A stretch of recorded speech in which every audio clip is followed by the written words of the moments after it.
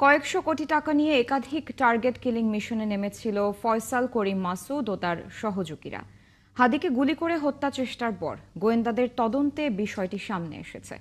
র্যাবের অভিযানে শুটার ফয়সালের আস্তানা থেকে উদ্ধার হয়েছে 218 কোটি টাকার স্বাক্ষর করা চেকের পাতা, যার কিছু কপি একাত্তরের হাতে এসেছে। দেখুন আশিক মাহমুদের অনুসন্ধান।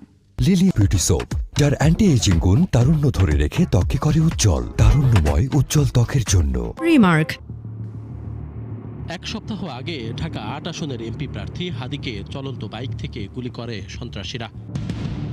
হাদিকে গুলি করার পর প্রশ্ন উঠেছে, কি উদ্দেশ্যে, কারা হাদিকে হত্যা করতে চাইল?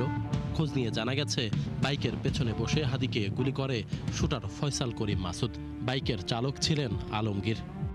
দুজনই মোহাম্মদপুর এলাকার নিষিদ্ধ আওয়ামী লীগের অঙ্গ সংগঠনের রাজনীতিতে জড়িত। গত কয়েকদিনে ওসমান হাদিকে হত্যা চেষ্টা মিশনের বেশ কয়েকজন সহযোগীকে গ্রেপ্তার করেছে র্যাব। উদ্ধার হয়েছে গুরুত্বপূর্ণ আলামত। এর মধ্যে গত 16 ডিসেম্বর র্যাব 2-এর একটি দল অভিযান চালায় শুটার ফয়সালের বোনের আগারগাঁওয়ের বাসায়। সেখানে ইলেকট্রিক ডিভাইস, বিপুল পরিমাণ চেক বই ও বহু স্বাক্ষর করা চেকের পাতা উদ্ধার করা হয়। হিসাব করে দেখা গেছে, স্বাক্ষর করা এসব চেকে টাকার পরিমাণ 218 কোটি, যার কিছু কপি একাত্তরের হাতে রয়েছে। একই দিনে র্যাব 11-এর একটি দল অভিযান চালায় শুটার ফয়সালের গ্রামের বাড়ি নরসিংদীতে।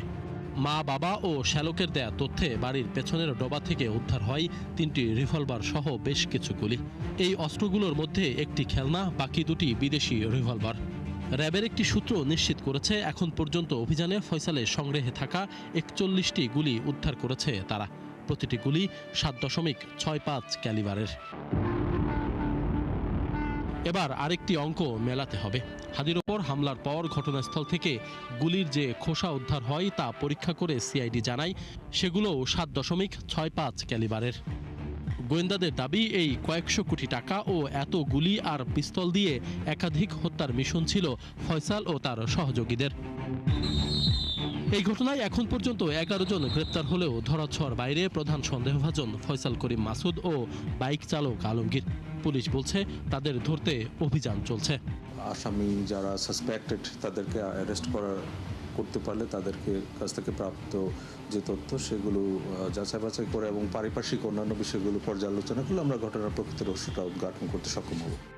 মূল হোতাদের গ্রেপ্তার ও এই টার্গেট কিলিং মিশনের মাস্টারমাইন্ডদের খুঁজে বের করাই এখন বড় চ্যালেঞ্জ বলছেন গোয়েন্দারা। এজন্যে ওসমান হাদির ব্যবহৃত ফোনটি গুরুত্বপূর্ণ সূত্র হতে পারে বলেও ধারণা করছেন তারা। আশিক মাহমুদ,